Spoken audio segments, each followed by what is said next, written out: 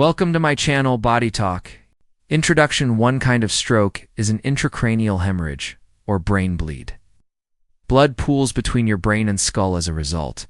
It stops your brain from getting oxygen. It is potentially fatal and needs to be treated right away for the best results. If you suddenly have a headache, become confused, or feel numb on one side of your body, call 911. Overview: a brain bleed. What is it?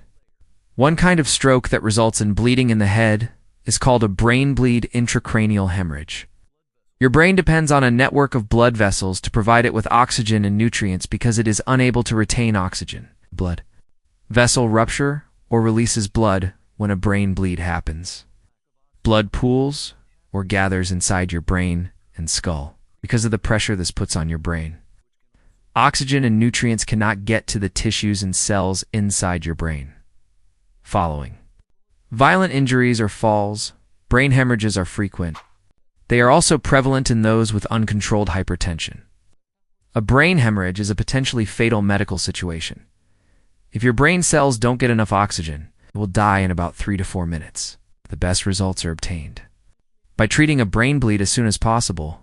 What kinds of brain hemorrhages are there? For medical professionals, the term brain bleed intracranial hemorrhage is fairly broad because the brain is made up of many different sections. Your healthcare provider can pinpoint the precise location of the bleeding by knowing the types. A brain hemorrhage. There are 2 primary locations for bleeding: inside the brain tissue, outside the skull.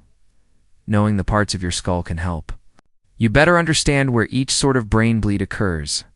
Between the brain tissue and the bony skull are 3 membrane layers called meninges. Arachnoid and pia mater are the 3 membranes. The meninges are there to cover and shield your brain.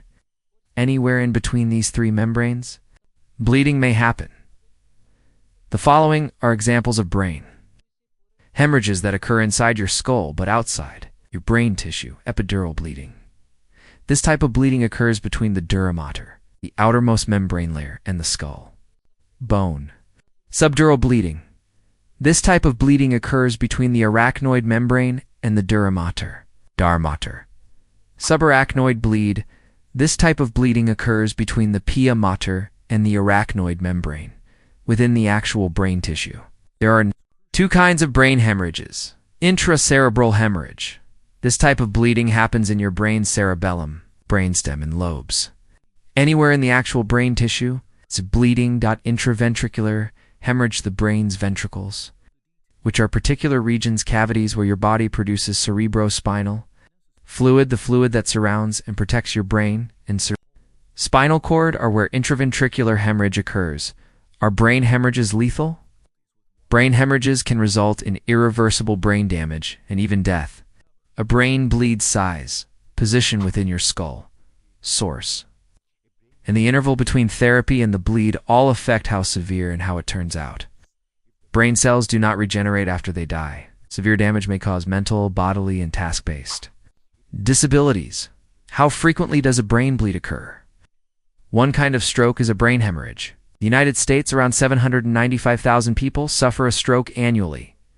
If you enjoyed this video, please subscribe my BodyTalk channel for more body insights. Thanks for watching. See you soon.